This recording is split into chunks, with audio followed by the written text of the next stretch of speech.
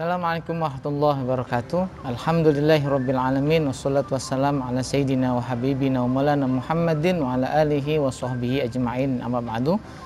Saya Ahmad Izzuddin, salah satu pengajar di Mahat Ali UIN Maulana Malik Ibrahim Malang.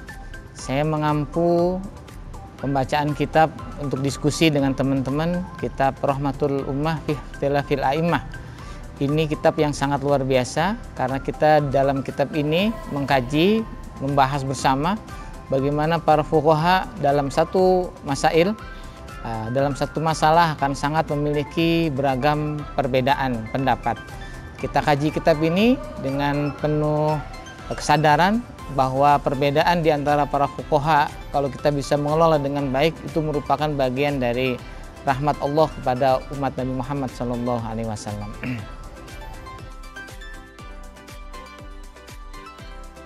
Fikih Nisa sebagaimana menjadi takhusus dari Mahat Ali kita, yaitu Fikih Nisa, itu memiliki urgensi yang begitu luar biasa. Kenapa? Karena perempuan sebagaimana Rasulullah SAW wasiatkan itu mendapatkan porsi dari wasiat beliau yang begitu luar biasa. Rasulullah SAW bersabda dan berpesan kepada kita semuanya, tidak hanya kepada perempuan tetapi juga kepada semua umat muslim, istausun nisa khairun. Jadi ini wasiat dari Rasulullah SAW bagaimana kita bisa memperlakukan perempuan dengan sebaik mungkin. Fikih Nisa itu merupakan kajian di mana kita memberi ruang diskursus dalam fikih untuk mengkaji secara lebih mendalam bagaimana kita berhadapan bermuamalah dengan para perempuan yang merupakan mayoritas dari umat manusia di dunia ini. Banyak negara yang salah di dalam mengelola isu-isu perempuan itu akan terjerungup di dalam kemerosotan dan kemunduran. Maka Fikih Nisa kita harus kita tempatkan sebagai salah satu wadah diskursus untuk upaya empowering perempuan, memperdayakan perempuan sebagaimana Rasulullah SAW dan sebagaimana nilai-nilai yang Allah Subhanahu wa Ta'ala ada cantumkan dan firmankan di dalam Al-Quran dan hadis Rasulullah SAW.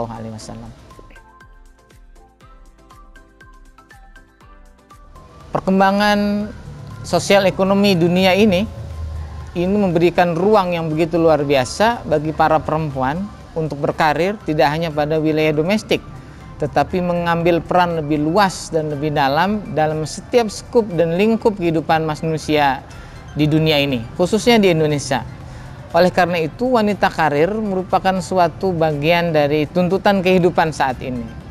Karena banyak ruang-ruang pekerjaan, ruang-ruang sosial ekonomi politik yang memang membutuhkan kehadiran perempuan tidak hanya sebagai penggembira, tetapi mereka aktif di situ sebagai orang-orang yang memiliki kebijakan dan juga menjalankan regulasi dan membuat regulasi itu sendiri. Tetapi tentu saja wanita karir bagaimanapun juga harus memiliki kesadaran yang penuh bahwa mereka di dalam karir mereka yang begitu terbuka juga memiliki fungsi-fungsi domestik yang harus mereka pertahankan sebagaimana fitrah yang Allah sudah gariskan mereka sebagai seorang ibu, sebagai seorang istri. Ini bukan berarti menegasikan mereka, tetapi memberikan ruang mereka yang lebih, sehingga betul-betul wanita karir ini tidak hanya membawa daya manfaat kepada masyarakat, tetapi juga membawa daya manfaat kepada kehidupan keluarga sebagai inti dari kehidupan sosial di masyarakat.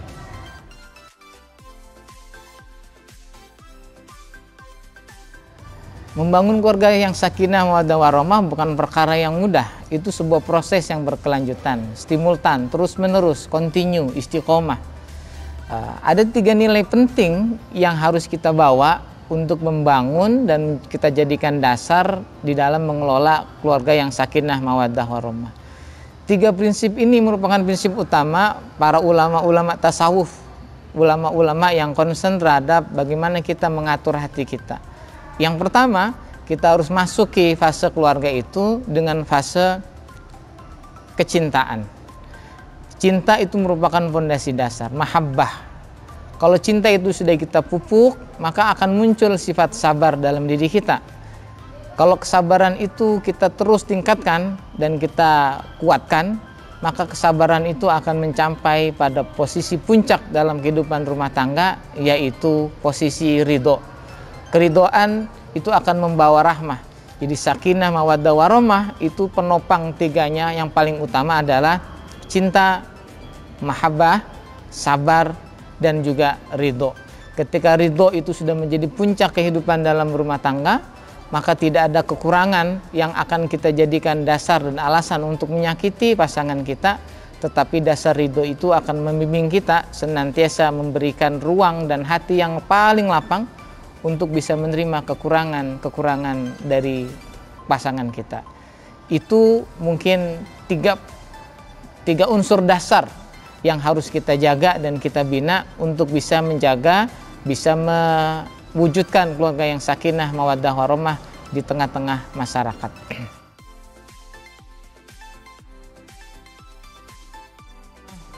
Pesan saya untuk teman-teman Mahat Ali, tentu tetaplah berkarya, sudah memberikan sumbangsi yang begitu luar biasa kepada masyarakat lewat isu-isu fikih kontemporer. Mari ini kita jaga dan kita tingkatkan di masa akan datang. Untuk masyarakat secara umum, mari kita jadikan fikih nisa ini sebagai bentuk upaya kita untuk mengabdikan agama kita ini betul-betul menjaga marwah para perempuan dengan sebaik mungkin. Terima kasih. Hadanallah ila siratal mustaqim. Assalamualaikum warahmatullahi wabarakatuh.